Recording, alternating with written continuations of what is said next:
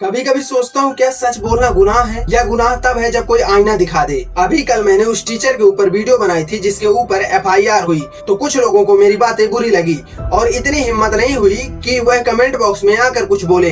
Direct DM में आकर गाली दे रहे हैं। ये कुछ स्क्रीनशॉट आप भी देख सकते हैं। मैंने बस एक वीडियो बनाया था शिक्षक को लेकर। उसने कहा था कि कावड़ लेकर मत जाना, तुम ज्ञान का दीप जलाना, मानवता की सेवा कर, तुम सच्चे मानव बन जाना। और मेरी आवाज उन बच्चों के साथ खड़ी थी जिन्हें कलम चाहिए था, कावड़ नहीं।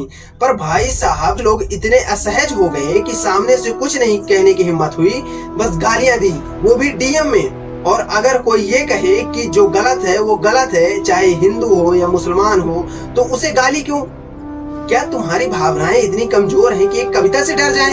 हकीकत ये है कि सबसे ज्यादा अपमान तो आज खुद हिंदू ही हिंदू धर्म का कर रहा है। कोई भगवान का टैटू बनवा रहा है फूल लगने के लिए, कोई 100 लीटर जल लेकर वीडियो रील बना रहा है लाइक्स और व्यूज के लिए। भोलेनाथ को तो एक लोटा जल भी प्रसन्न कर देता है, तुम्हारे 100 लीटर की दिखावे की जरूरत नहीं है। और अगर तुम्हें मेरी बात इतनी चुभ गई तो जरा बताओ, जब किसी देवी का अपमान होता है तब कहाँ चले जाते हो तुम लोग? शिक्षक पर मुकदमा चाहिए, पर उस इन्फ्लुएंसर पर जो कावड़ को मजाक बना देता है।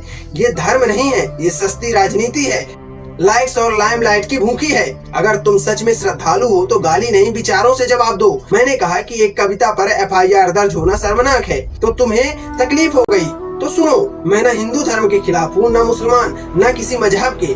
मैं उसके खिलाफ हूँ जो धर्म के नाम पर दिखावा करता है, जो तिरंगे की ओट में नफरत की तलवारें चलाना सिखाता है, जो भगवान के नाम पर वायरल रील्स बनाकर श्रद्धा का मजाक उड़ाता है। तुम कहते हो धर्म का अपमान हुआ।